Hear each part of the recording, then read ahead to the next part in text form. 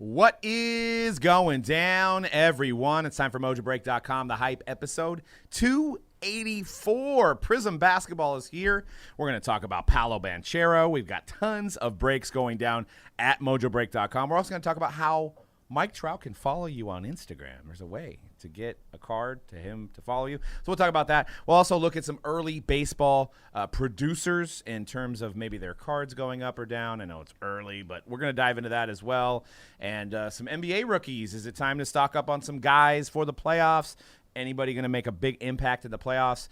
And we're back, baby. Last week we were in Vegas. We had the 3 Mojo sessions. So if you haven't listened to those were great. We had Leighton, we had C-Blez, and we had Sports Card Nonsense. So those podcasts are right below here on if you're listening on Spotify, if you're listening on Apple iTunes. You can also catch the full videos on Mojobreak Media. But those are some great episodes over in Vegas with Joe Staley as well. Kind of taking over the hosting duties. So those were a lot of fun. Also, Bowman, 2023 Bowman. There is 7 cases as we are here posted for pre-sale. So grab your teams before it's too late. Bowman 2023 comes out at the end of the month. I think right now it's April 29th is release day. So get your teams before it is too late.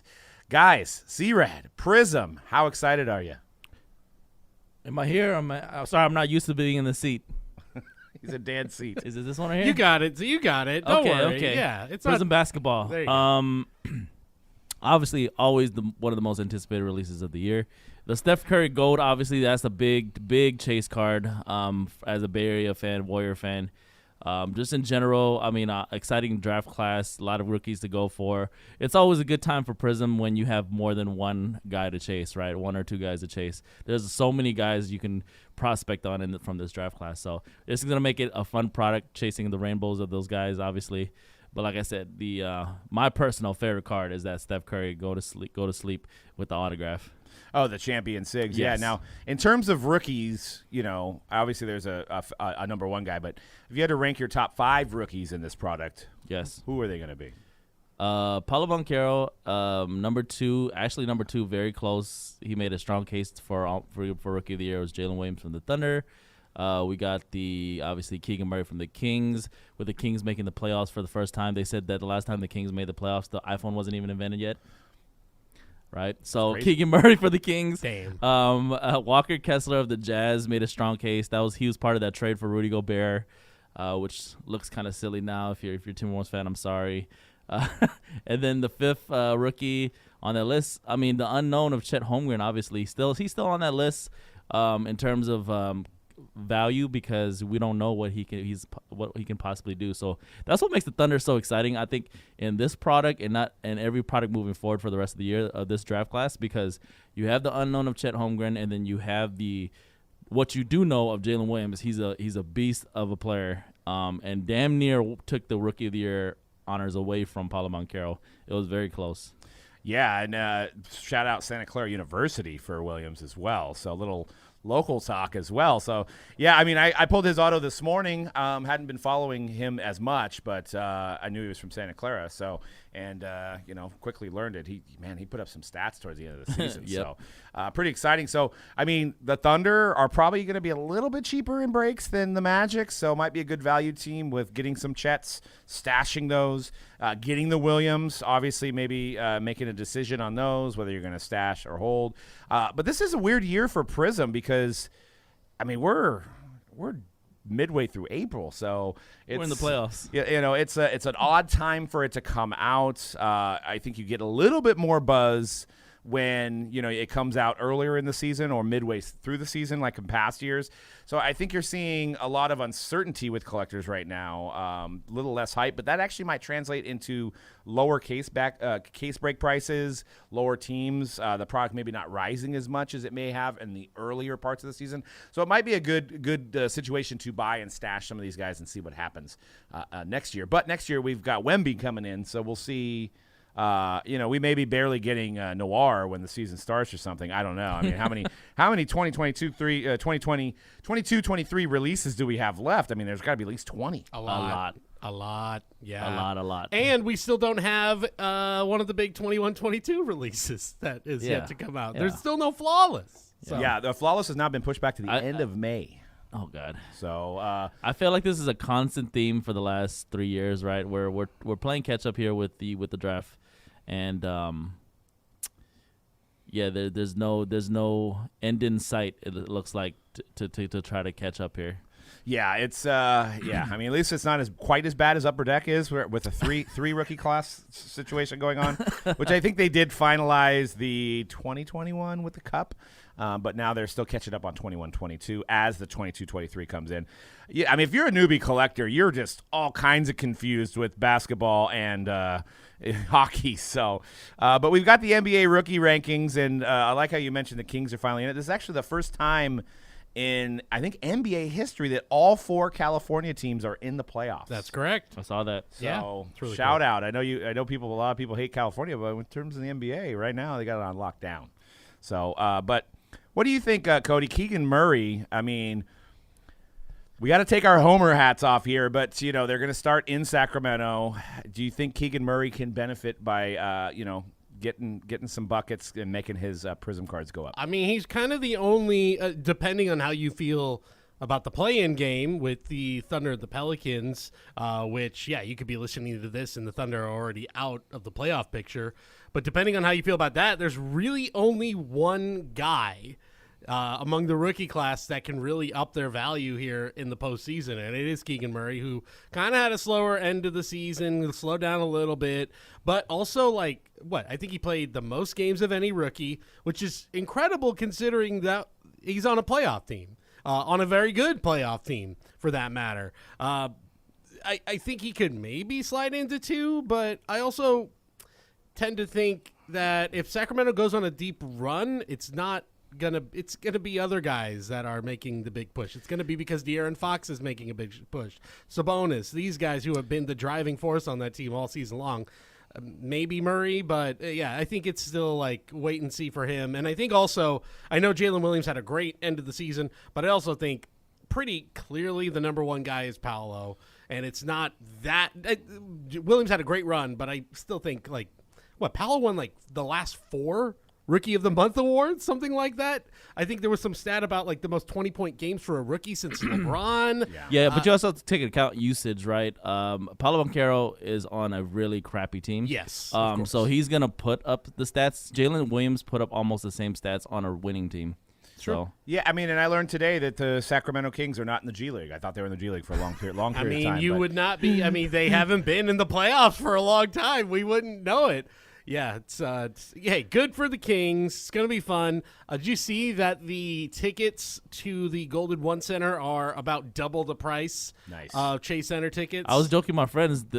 Sacramento fans have been saving 20 years for this moment, so it completely you got enough money. It completely makes sense why tickets are the most expensive playoff tickets of all times, and they're opened up against the champs. So it's bruh.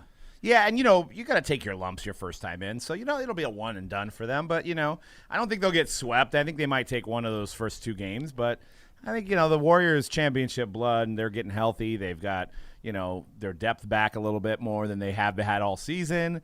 I think it's going to be an easy victory. I'm glad we didn't have to play the Suns as a Warrior fan in the first round.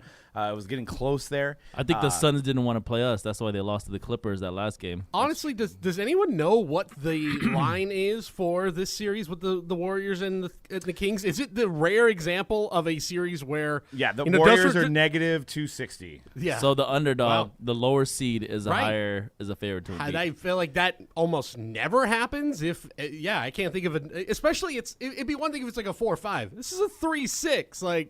3-6. There's a lot separating them. Although and 4 they've games been they've been the separating 3 seed almost the entire season Right. too. So they're legitimately a good team. And I wish Dan was here because I want to make a statement. I'd give him a high five right now that, hey, where's Luka Doncic? What happened? Kyrie happened. Are we selling him? I mean, we should have sold him when we told you guys to sell him 3-4 weeks ago. We are selling Kyrie. No, if that proved anything, Luka having the best season of his career, and then who showed up? The guy who just everywhere he turns, he is the opposite of the Midas touch. Whatever he touches turns into doo-doo. He is who wants him? So we're making excuses for Pizza Boy once again that it's somebody else's problem. I mean, they didn't even make the playoffs. We were like, it's a successful season if he wins one series and then wins the second series. He didn't even get a chance to play a series this time. Right. So, absolute failure. You should be selling your cards. They're probably already too low to sell them anyway, so you're probably going to hold all-time lows, I'm sure. But, I mean, how many times can we be like, well, Joel Embiid didn't do very well until he got blah, blah, blah, blah, blah. I think now's a good time to buy Luka Doncic for sure. Guys, can we make a statement that maybe he's not a great teammate? One-on-one, maybe he's a great player. If they had a one-on-one league, Luka might win. Again, the factor here that we're not talking about, this is a team that a year ago, without Kyrie Irving, yes, they had Jalen Brunson, who's done very well in New York. That's a big blow that they lost him. That Jalen Brunson trade is probably the single biggest regret the Dallas Mavericks have right now. And they try to be like, well, let's get Kyrie. That'll be a better version of Brunson, right? Brunson was killing in New York this year. Like, obviously proved he's a starting point guard in the league for a winning team. Yeah. So they made a huge, massive mistake letting him go. I just don't know what team is looking at Kyrie Irving this offseason going, he's the final piece. Unlike Luka, he has a championship, guys. He made that because he played with LeBron shot James. To be fair, win the series. To be fair for Kyrie, there was nothing outside of basketball in Dallas that he did to make things worse. That's to true. be fair. That is true. Like, he didn't make the team better on the court. He was still he's still putting up some numbers, but he didn't make the team better. But to be fair to him, it wasn't anything that didn't have to do with basketball. Yeah. Man is a champion, though. I mean, yeah, you could say LeBron and then Draymond getting ejected helped him win that, or missing a game suspension because of the nuts. Could make sure is one of the reasons why they won. But you know what? He hit that clutch shot over Clay to win the game 7. One of the biggest shots in finals history. Right? I mean, I could still see it in my mind. The LeBron was one of the biggest blocks in NBA history. Yeah, like, you had a lot of biggest moments of all time in one game. A lot of things for the Cavaliers to win that game. And that kind of like the only team that I feel like he could do well with is a team with LeBron, like the Lakers. But the Lakers don't need him. They have D'Lo, and I know Kyrie is a better player than him, but like he fills the role that Kyrie would be filling. Yeah. So like I don't know where he would go this offseason. I genuinely don't know. Resign with the Dallas Mavericks, I guess. So Luka is now in my top 50. He went from top 30 to top 50. So he's hovering around 49, 50 at this point. So you should look at his right stats. Around Benedict Mathurin. Historic, he's right there. Historic season that Luka had. It was. I mean, it is. Look, it is the biggest disappointment of the season that the Mavericks not only don't make the playoffs, they don't make the play-in. Yeah. They get a hobbled New Orleans Pelicans team limps in. A Timberwolves team that is fighting each other makes it in, and the Mavericks with Luka and Kyrie can't. It's a massive disappointment. Now it's like, who's going to have a better career, Zion or Luka? I mean, I might be leaning towards Zion. Oh, my God. I might be leaning towards Zion at this point. God. I pray for Zion all the time. Like, I hope he can play a healthy season. Doesn't look like it's possible, but, Luka's still the GOAT. I don't know, man. I mean, if you have his cards, yes. And it was an incredible time in the history of this hobby, the Luka year. I mean, it was the start of big things to come, and you have the biggest sale of all time, one of the biggest sales of all time, with a $4.8 million logo, man. That our friend Leighton pulled. Well, one of his guys pulled, Brad. But it was a great moment in sports card history. But at the end of the day, all he is hype. That's it. He does not prove anything. He does not have any hardware. He proves that he can't play with any teammate. That's probably why Brunson left. He's like, I don't want to play with this guy. That's probably what happened. They bring in Kyrie. What were they? The fourth, sixth seed, something like that? I believe they. Prior to Kyrie? I believe they were fourth when Kyrie. Which you are making the point that Kyrie arriving was the thing that doomed them instantly. And again, no off the court stuff or in the locker room stuff. As far as we know right now, there was some very cryptic press conferences with Luka saying something has changed. I wonder what that could be, considering the track record of the guy who came in. No, I don't think it was Kyrie. I don't think it was Kyrie. He would have. His hints were like that he was dealing with something off the court, Luka Doncic. So. Yeah, I mean, and I'm not a great NBA player. I was second in the three-point contest that we had yesterday. But, sometimes it takes time to have chemistry. Like, when you add a new piece, like, look when Kevin Durant came to the Warriors, they didn't win right away. Like, trying to get that chemistry, maybe it's not a great move to have somebody at the middle of the season right? Or did they win 20 in a row? No. I was actually trying to remember. No, that was the year before where they set the win. The record, yeah. So sometimes you just don't know the tendency of a player. If he's going to turn this way, turn that way, throw it the other way, you don't know. And maybe they were going through those growing pains while they needed to win because the West was so tight that you lose a few games and you're down to where they were. So we'll see. But, for those that listen to me and Dan about selling Luka, you're welcome. Anyways, I got a new announcement. It looks like I have been bought by Fanatics, guys. So this is my last podcast. I got signed a big contract. And no, I'm just kidding. But the next topic is this the beginning of the end of Panini? The news has been surfaced all over about former Panini employees signing with Fanatics in the droves of 10s to 20s to 30 of them. They also are opening a brand new Dallas location, close to the printing facility, I believe, is what the move is, but also probably easier for some of these former Panini employees to go to their office. And it's a struggle. I mean, it's a struggle for Panini. What do you guys think? I mean, is the deal imminent? I mean, are we going to start seeing Fanatics Panini products? What's going on? I tend to think that, and again, we are basing this off of whispers, off of things that are not confirmed. Just what we've seen on Instagram. Right. A couple outlets have reported on it. Right. But we see that they are clearly building towards something. You also didn't mention that the Fanatics is now going to be launching a lot of those Topps branded basketball cards supposedly without NBA logos here for the first season starting in the fall, which again, when you pair that up with what's happening with the schedule starting to things are overlapping with the Panini basketball schedule, and then Topps is going to go, all right, we're right on it. Here's a new basketball. Here's Topps Chrome. Give you that first look or whatever it may be. Yeah, you do just start to get the feeling that if they're not taking over, that at least they are basically going to, I guess for a lack of a better term, just kind of bleed it out until there's just not, until it's like, we give up, we take it, fine, or whatever it may be, because they're just siphoning everything from Panini at this point, is what it appears from the outside. Yep. And until they either give up or it's everything sucked dry, then that's I think by the end of the year you're just going to see this look a lot different than what it did at the beginning of the year. Yeah, it's definitely interesting. And you look at Michael Rubin. I think he's worth $11.4 billion according to Google. I don't know if that's true, but that's what Google says.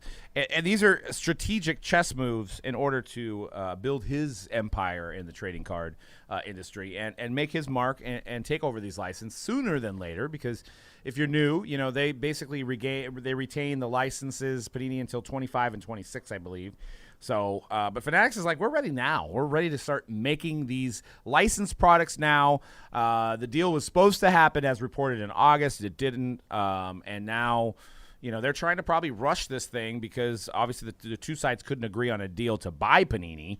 And one thing to consider too is that when you're going to buy a company, you get to look at their books, right? So you start having, even if you don't buy a company, you start seeing a lot of the ins and outs on how much people are worth, how much you're paying for this. So it's almost like even if you don't buy a company, it's a strategic move to see what's coming in, what's going out, all this stuff, right? Because, you have mediators that are looking into all this stuff, and, they've probably seen like, we could get this guy, we can get this guy, we can get this guy. These are all the moves that if it doesn't happen, we already know what we're going to do.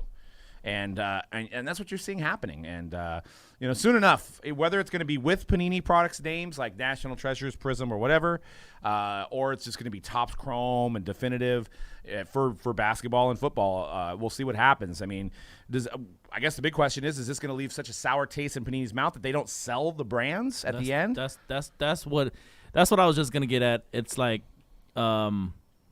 they're doing all these things, kind of cutting Panini's legs out from under them, and it's like, will they want to even come to the table and do business at the end of it? I know from a business point of view, it's like you're Fanatics. You're like, they're gonna have to sell to us eventually, but Panini could be like, "F you, we're not gonna sell our IPs to you." At the end of the day, right? Because those names do hold value, like National Treasures and Prizm, and I've been telling people, I was like, I don't know how much longer. I've been telling our customers, like, I don't know how much longer we're going to be able to enjoy these products.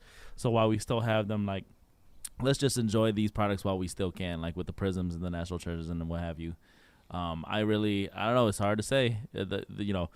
At that level, I have no idea. At that level of business, at the very top with these CEOs and stuff, I don't know. What are they thinking? I have no idea. My only guess is something kind of what something you were alluding to is like if they have indeed seen the books and have been at the table with Panini already, they know what they're dealing with. Did they make a business decision to say, you know what? It's a better business decision for us to sort of indirectly dismantle this company and then either buy it for parts or just kind of let it burn or whatever, and instead of buying it outright. I gotta guess that's what they decided is the better decision long term. Is maybe you burn those bridges, maybe you make them upset, but they may also believe like if we can't get those brands, we still will hold up on our own, and if we can for way cheaper, then even better. That might be the decision. I mean, one other point I do want to make on this too is that Michael Rubin in several interviews has said there hasn't been a lot of innovation in 7 years in this hobby, but he just pretty much hired the guys that were at the helm of making and those you decisions. Remember, we used to always make fun of that team. It's like 5 guys at the table designing every single product.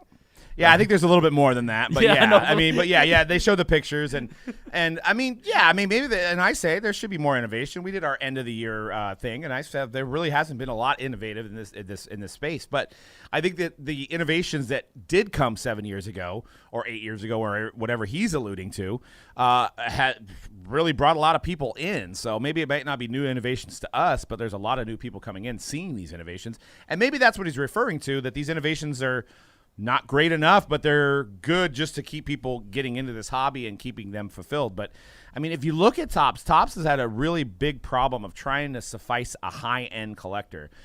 They've done a great job of, having set builders and, rookie cards and on-card autos. There's a lot of pluses. But if you look at the biggest money cards over the last 5 years, it's not a Topps card. Yeah. I mean, besides the Superfractor Bowman, first Bowman, right? Those have made record numbers. But, I mean, if you go on Golden or any of these modern cards, it's always the NT-RPA, it's the Eminence, it's the triple logo mans. These are the cards that are selling for a lot of money. And, Transcendent's nice and Definitive's nice, but we don't see those $100,000 plus cards coming out of those products. So is that just baseball in general? I don't know. Maybe it is. Is it if football and basketball have a bigger reach? Or is it Panini's brands? That's a question for you guys to answer out there. Is it Panini's brand? Is it National Treasures? Is it Flawless? Is that why these cards sell for so much? So are those brands important when it comes to Fanatics taking over these? Maybe. Can they copycat it and call it Grand Treasures and make it almost the same? Maybe. I don't know. I mean, if you think about Prizm, everybody goffed at Prizm because everybody was coming off the 03-04 Topps Chrome and all these Kobe Bryant cards from Chrome, and Chrome was king. Nobody wanted Prizm. Well, it didn't take that much time for people to flip and be like, Prizm is king. Yeah, and I also want to add the fact that it's gonna be sad, obviously, if we don't get these brands in the future from if Panini doesn't sell these IPs to Fanatics or whatever. It will be sad. But I will say, there was a point in time like we didn't want to let go of Exquisite. We didn't want to let go of these other brands, and we moved on eventually. I know it's hard to envision not having a National Treasures and Prizm in our lives, but Topps, I mean, with the only game in town, we're gonna have to buy and love their whatever high end they come up with, right? And it'll set the standard, and I think they will.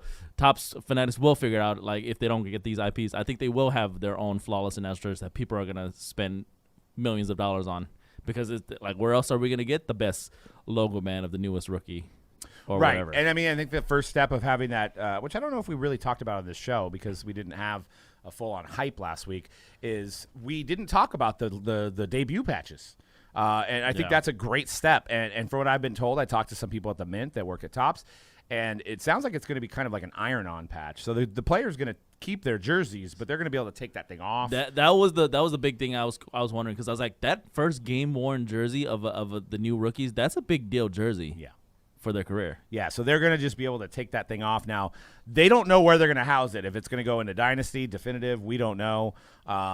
So we'll see. But that's a good step in the direction of achieving a high-end audience, is being able to put that card in there. Could you imagine, I mean, Julio Rodriguez, first game, or Wander Franco Ellie first game, Rushman. and it's literally the Grail. They're not going to wear it more than once, so it's going to be only one card out there in the world, and we're talking about crazy prices.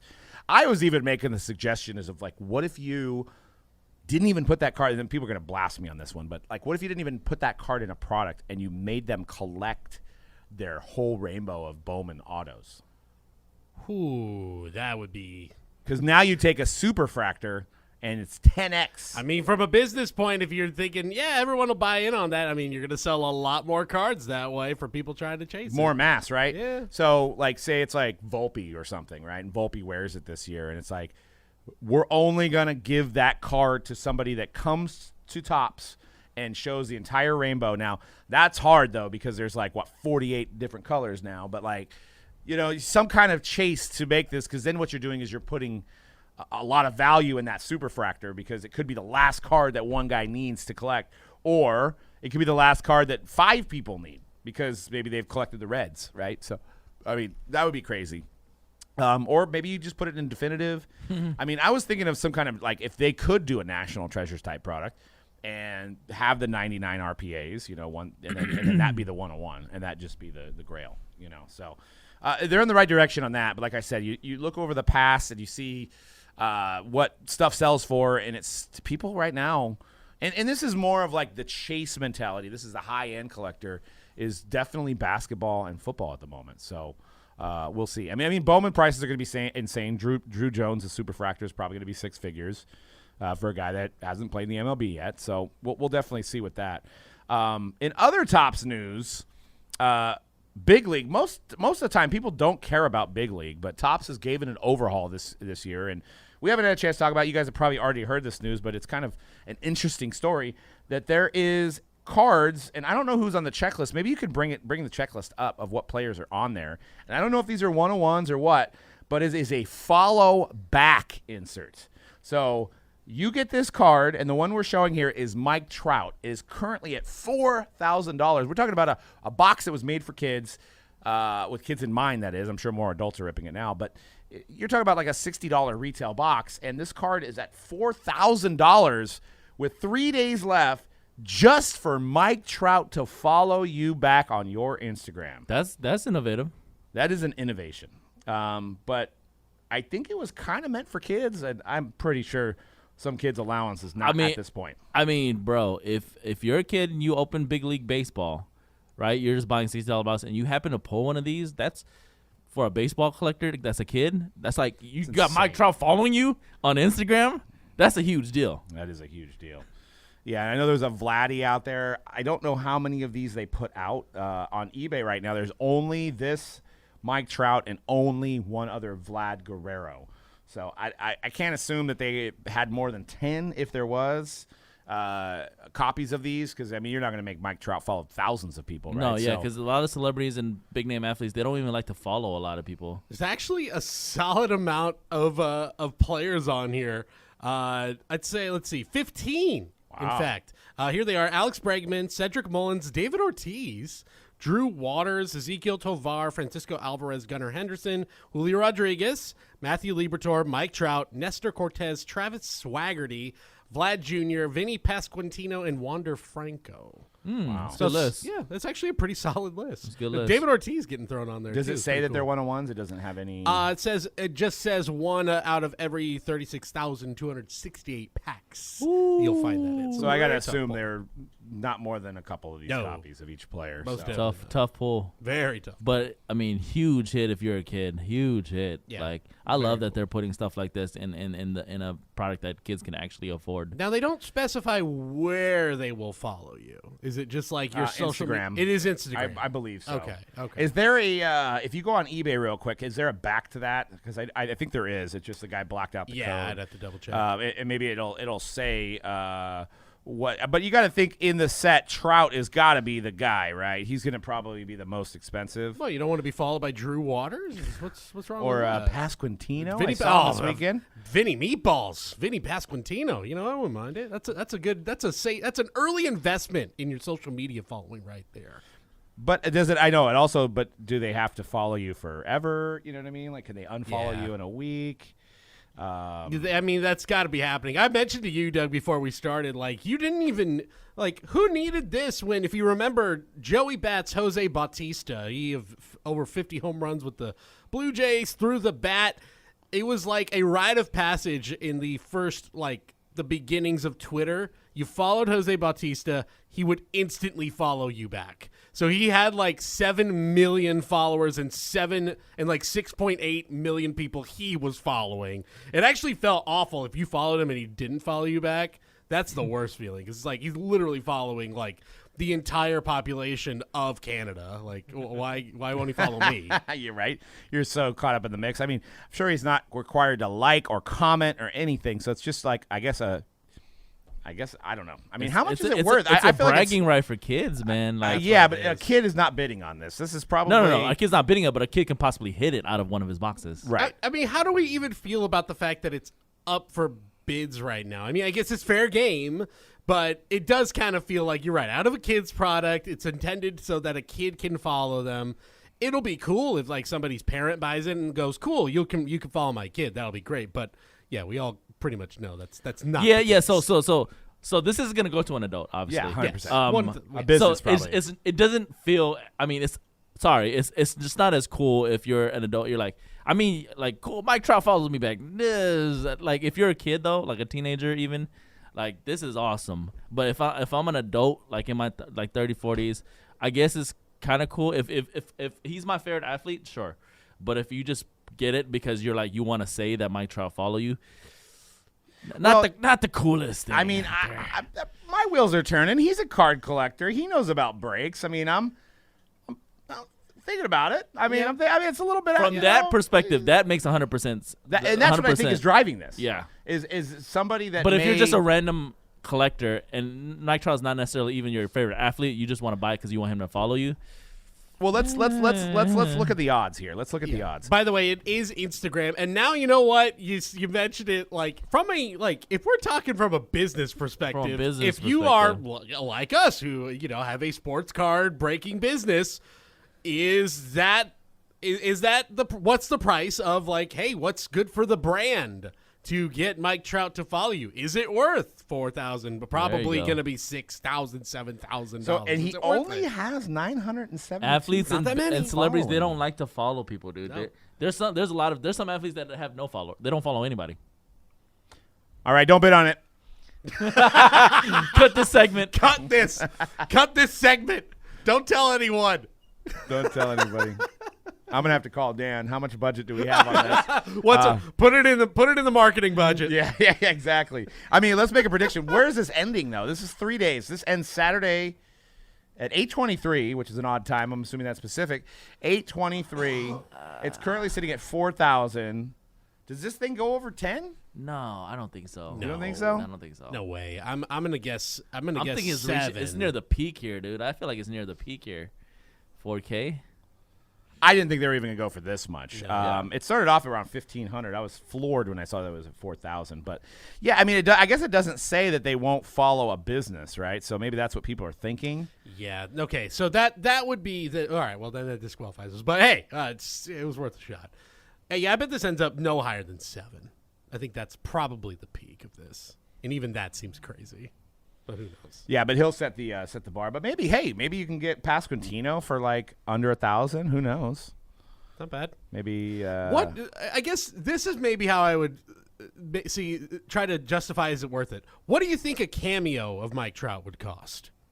Like not that much. No, well, not that much, but like 500 to 1,000. Yeah. Okay. I mean, but you're getting him to follow you all the time rather than just that one, like, hey, happy birthday, Joe Schmo. It's Mike Trout here. So, I don't know. I mean, but if he's a card guy, though, like now you're on his feed, I know he's followed other people in this hobby anyway, and without paying for it. I mean, do you look like a schmuck if you paid for him to follow you? I don't know, maybe. I mean, we could look. Oh, yeah, look, he's shout out to the real Pull Man. He's following him, and Little Pull Man. Mike V and Chase. He follows our friend Evan Longoria. I'm just trying to Patrick Renna from the. I'm going through his following. They have a cool little. Seablez. Yeah, that's right. He mentioned it on the podcast. Patrick Green, they have a cool little like promo going right now for MLB, talking about the new rules with like Sandlot. It's pretty funny. That is awesome. I can never watch The Sandlot again, but yes. Yes, I know. Ryan Johnson, card collector too, as well. Nicky Rips, Grant Telford. So yeah, he's platinum card breaks. He's got them too. Huh. Interesting. How did we not get followed by Mike Trout? Come on, Mike. Okay, Mike. Look, watch our video. Sports. You can follow. You can find it on our YouTube. We got mentioned. Sports Card Radio. Just watch the video about Platinum and then come back to us and swap out that follow. How about that? That's our proposal. We don't need to pay $4,000 for this. I mean, I got to make sure. Maybe Mike Trout is following us. Let's see. Oh, actually, I'm not following Mike Trout. So I guess we big timed Mike Trout. We've big timed him. Oh man, what a mistake. That's funny. But anyways, so yeah, I mean, I wanted to ask you, C-Rad, if you could buy anybody's follow, and it doesn't have to be in sports, it could be literally anybody in the world, who would you pay to have them follow you personally? That's such a great question. Shoot, man. And Cody, get your answer ready. Yeah, I'm thinking right now too. Okay. Kim Kardashian, no. Anybody to follow me back. Jay-Z. Okay. That's a good choice. That is a good choice. I will go with, if you've been listening to the podcast, you probably won't be that surprised to hear. I will go with Andre 3000 of Outkast fame, only because he's so elusive. Just to have the ability to DM him at any time to be like, "What are you up to? How's it going?" Just to keep tabs. Like, you at a gas station playing a didgeridoo today? What's going on? Where are you at? Like, just to keep tabs on. I don't think Andre's probably one of those guys. He's on social media. One, he's probably not on social media. But two, if he was, I guarantee he's not following anybody. 0. Which is more reason why I want the follow. He's the ever elusive. Mine would probably have to be Joe Rogan, one of my heroes, as far as listening to him from day one. I gotta imagine he's following close to no one. Yeah, I mean, maybe though, because he was early days of of Twitter with like when it was just all comedians. And he says Twitter. I would listen to a couple of one recently. He said I think the only social media he usually uses is YouTube only. Yeah, he's following 4,000 people, but he has 16.7 million followers. Now, my business eye would want Cristiano Ronaldo to follow me because that guy has more followers than anybody in the world. That's true. So he has a lot of followers. I think he could probably get a couple million just to put something out for somebody, like literally, just like take 30 seconds on Instagram, and they'd probably pay him a couple $1 million just because he has the most followers in the world. But yeah, Joe Rogan, I think for me because when I used to work my other job, he would get me through my days. He was inspiring to try to do something you love. He's like, if you're doing something you don't love, then why are you doing it? I'm like, you're right, Joe. You're right. I love cards. So Joe Rogan is my guy for that. But I want you guys to weigh in. Like, who would you want, and what would you pay for one of your favorite people in the world to follow you? I would like to say Jacoby Shaddix from Papa Roach, but that's probably easy. But some of my favorite bands as well. Let's try to put it to the test. Yeah, let's do it. Hey, you know what? In the last few years, we have had a lot of really cool people follow us. On top of that, so you know what? You don't need to pay money sometimes. Sometimes you just gotta know some people and meet some people and just be cool. That's I mean I don't want to just be a celebrity name dropper. Yeah, we can. we had Louis Tomlinson from One Direction DMing us about breaks. I mean, that was pretty cool, right? If you're into that thing. I mean, people are people, right? Love One Direction. Yeah, me too. 1D. Where Bought some cards from them too. When's the comeback tour happening? Hey, if Louis out there, when's the comeback tour happening? We want it back.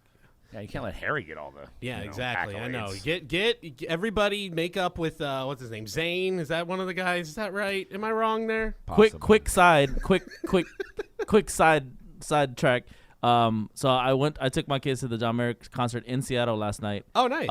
And he was doing it's a solo tour, so it's him by himself the entire time. And he was on the piano, and he's like, chords, like there's like beautiful chords that are get used, and obviously we all know this. Chords get used in all kind of music all the time. Say the same songs. So he was doing the Harry Styles. He's doing the certain chord that was in the Harry Styles "As You Were" song.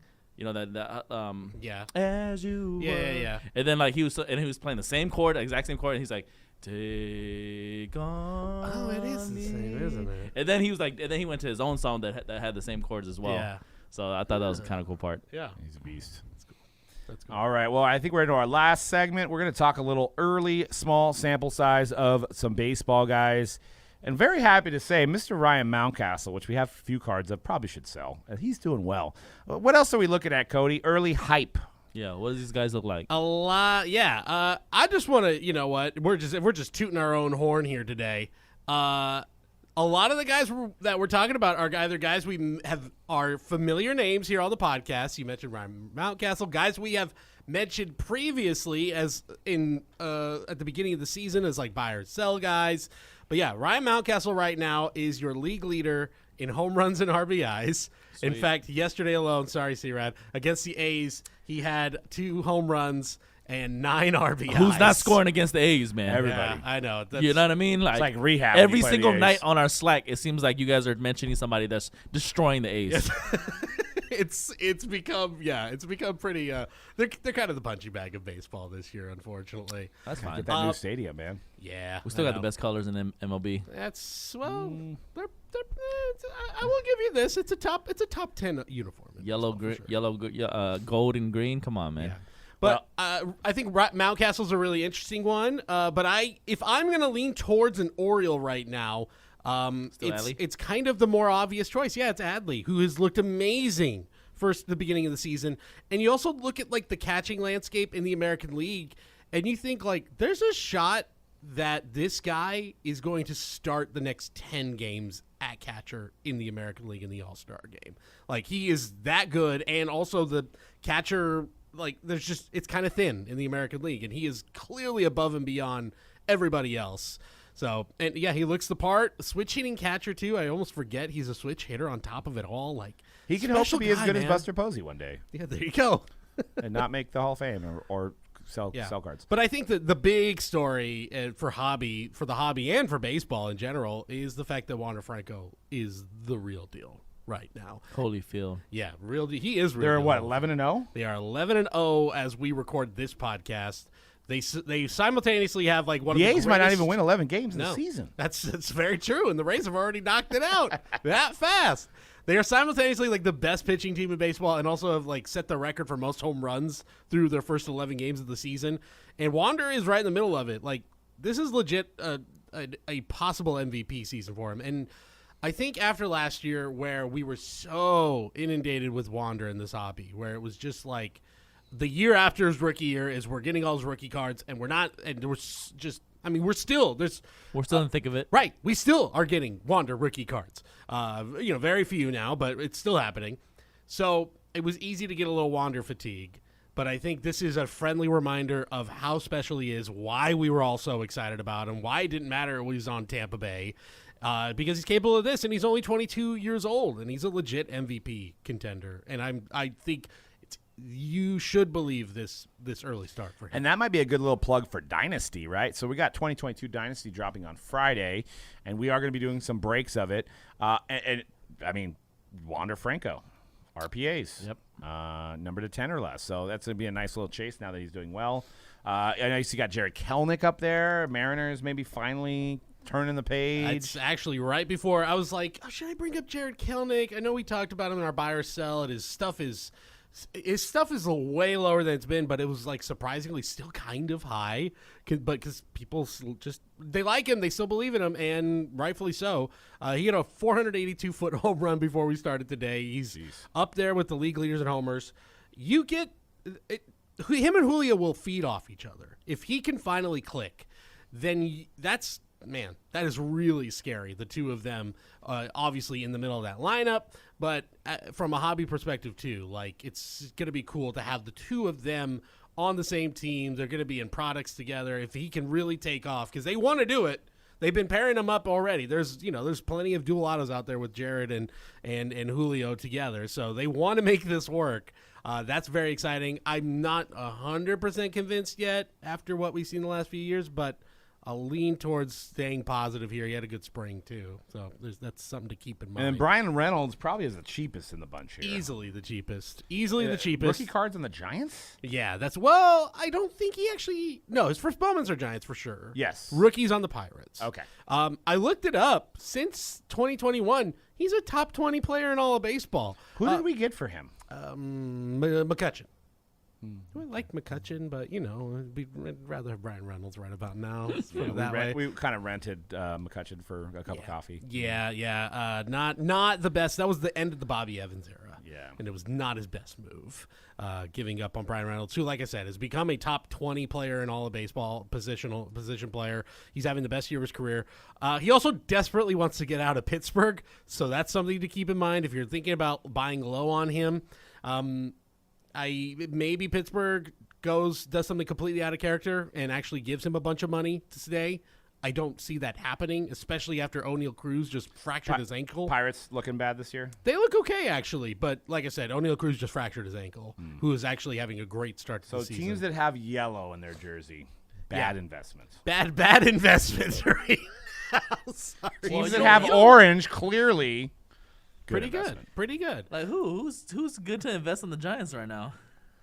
David VR. Remember I said it a few weeks ago when we were looking at the top Series 1 rookies. I went, look out for David VR. And guess what?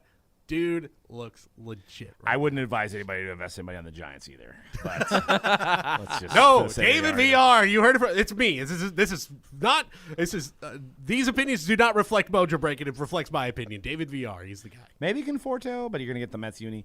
But yeah, hey, I actually was at the Giants game on Saturday. My car got hit, and luckily I have footage because I have my phone records everything, or my car records everything. Sorry. But I put it on Facebook because I was like, maybe somebody can give me this person's license. I have their license plate, but I wanted to file a claim. But needless to say, had an A's fan come in and go, you know what? I hate to say it. Wouldn't have happened at the Coliseum. And I go, yeah, because there's 5 cars there total. So I would have been at least 20 car lengths away from any other car. I would have plenty of space. Nobody would have hit me. But I love that there was a random Oakland fan there to tell you that. Yeah, he's a shout out to Ben Wilson from the About the Cards, formerly About the Cards podcast, but big A's fan and always shoves that in my face. So, but yeah, I mean, I'm big on Mountcastle. I think Wander's prices are insane. I don't want to say sell Wander, but man, yeah, his stuff it went down. It might be at the height though. Yeah, it went down, but it didn't really go down that much. So when people pivoted to J-Rod last year, it seemed like that kind of caused him to go down a little bit. That would have probably been the best time to buy. But I don't know. Part of me wants to sell right now if I'm holding on to some Wander cards because of this epic run. It's the beginning of the season, so you don't know if the Rays are how far they're gonna go at this point. It's usually always the best time is to sell on a hot streak at the beginning of the season. Even Judge last year, even when he was about to break the home run record, it still wasn't like Judge rookie year prices. So something to consider. But and Brian Reynolds probably sell if you can, right? Yeah, probably at this point. Because again, he's probably he's almost certainly getting traded at some point. They're gonna have to just accept that he doesn't want to be there. But hey, he's a great young player. If you want to buy some stuff cheap and then maybe flip it if he gets traded, let's say he gets traded to the Yankees or something like that. Well, then you gotta feel pretty good about yourself. Absolutely. Well, and if you guys want to chase the next version of these guys, once again, we've got 2023 Bowman on the site. 7 cases. It's happening at the end of April, but teams are flying fast. So make sure you guys grab your teams before it's too late because there is a lot of great prospects, a lot of hype heading into this year's Bowman and chasing those superfractors. So we've got 7 jumbo cases listed. A lot of the teams have been flying off the shelf. So you can head over to mojobreak.com for that. We've got new release playbook coming out Friday, as well as Dynasty. Next week, Revolution Basketball is on the site. We've got a couple cases for pre-sale, which is C-Rad's favorite product. And you know what? The price point on that is good because it's an 8-box case. It's awesome. It's you can get into a team for, as low as $20-something for a full case. Obviously the Magic are a little bit more than that. But if you want to get, just chase the Clippers, if you want to chase a Kawhi Galactic, you can chase a Kawhi Galactic for pretty cheap. So check out the new Revolution breaks that we have posted, and Follow us on Instagram, Mojobreak_com, as well as Twitter for all of our happenings. We're going to have Joe Staley here back in soon to do some more big breaks as well. So a lot of stuff going down. Also, eBay Live. We're going to be back on eBay Live the week of the 20th. I think 21st, we're going to be on another eBay Live doing some personal boxes, personal rips on eBay Live. So check that out as well. And we'll see you guys on next week's show. Peace out.